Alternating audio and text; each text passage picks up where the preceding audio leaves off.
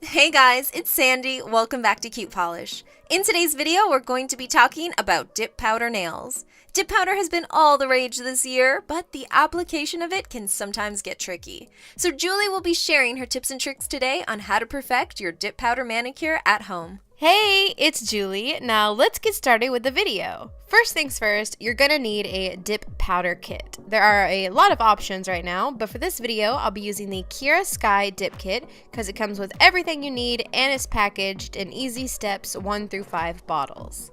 As you would with any manicure, you're going to want to start with cleaned, groomed nails. This means push your cuticles back, file your nails into shape, and remove any residue from the nail plate. This particular kit comes with step-by-step instructions for how to use the dip powder, which I do follow, but I have learned a couple things that weren't mentioned in the instructions, which I will share with you a little later.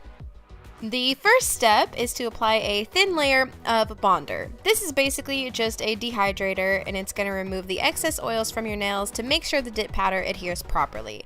But don't panic, this is supposed to leave your nails looking pale and really dried out. Step 2 is to apply the base polish to 3/4 of your nail, then quickly dip it into the natural colored dip powder. This is going to help disguise any visible nail line you have and make the final color more opaque and even.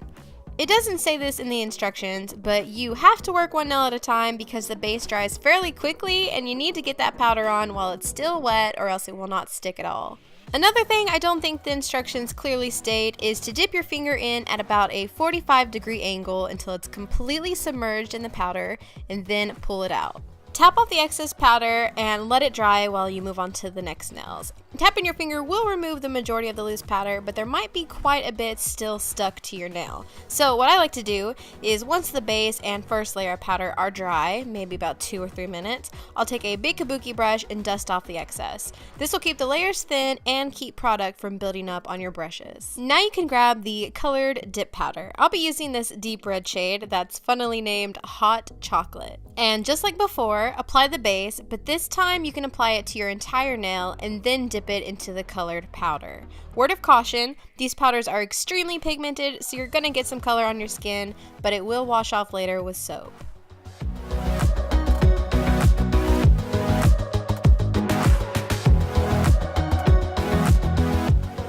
If you see any spots you might have accidentally missed, it's okay to add a little more of the base, then dip it again. Here's where I ran into problems when I first did this. If you apply the base over top of your first coat of color and there's still loose powder on the nail, it will gunk up on the brush and the nail and look super lumpy. So that's why I like to let it dry, then dust off the excess and apply a second coat of base and dip again. Don't worry if you have some bald spots like I do here, that's due to the base drying before it comes into contact with the powder, and second coat will totally cover it up.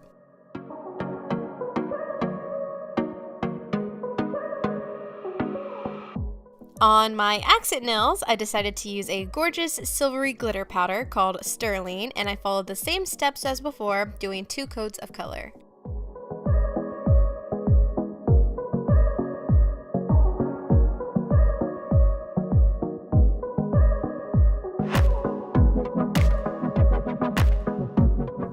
After I have all of my color powder on, I'll next be dipping into clear powder to add a barrier to the color, so when it's time to file, I don't accidentally file off the color.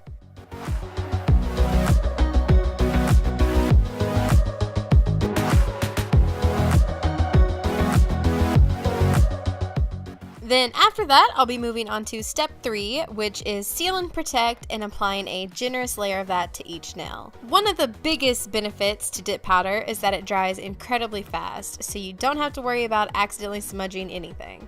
Now you can go ahead and file and buff the nails. I used 2 different files, starting with a coarser one to remove the bulk, then I switched to a finer grit file to smooth out the surface. And when you're done filing, you can go ahead and wash your hands with warm soapy water and dry them thoroughly. Now we're going to add one more layer of the Seal and Protect, but before it dries, wipe it off with a lint-free wipe.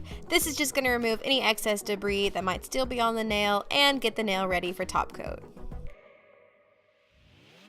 Step 4 is to apply a layer of the top coat in quick short strokes and try not to over manipulate it. The instructions for this kit say to let that dry, then go in with a second coat of the top, which I did do, but I wasn't super happy with the shine, so once that completely dried, I did just pop on a layer of plain clear top coat to make it extra glossy. Finish with the nourishing oil to rehydrate your skin, and that's it. Unlike a gel manicure, dip powder dries hard as a rock, so your nails won't have any flexibility and will stay super strong. And when it's time to remove, follow the surface of the dip manicure to break the seal, then wrap it as you would to remove a gel manicure with an acetone-soaked cotton ball. I actually made a huge mistake here and didn't file the dip powder nearly enough, so the acetone didn't soak deep enough into the layers. And when I went to remove it, I made the incredibly amateur mistake of peeling it off, and I actually tore a piece of my nail.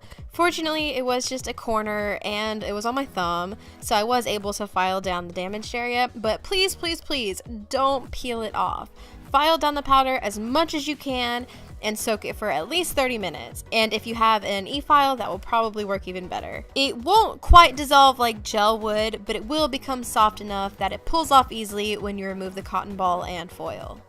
If you guys have any tips you'd like to share, go ahead and leave them in the comments below. And if you'd like to watch more helpful CutePolish videos, you can click on these boxes here, and you can click on the circle to subscribe to CutePolish for a new video every week. And if you'd like to check out my personal channel, you can click on this little circle here.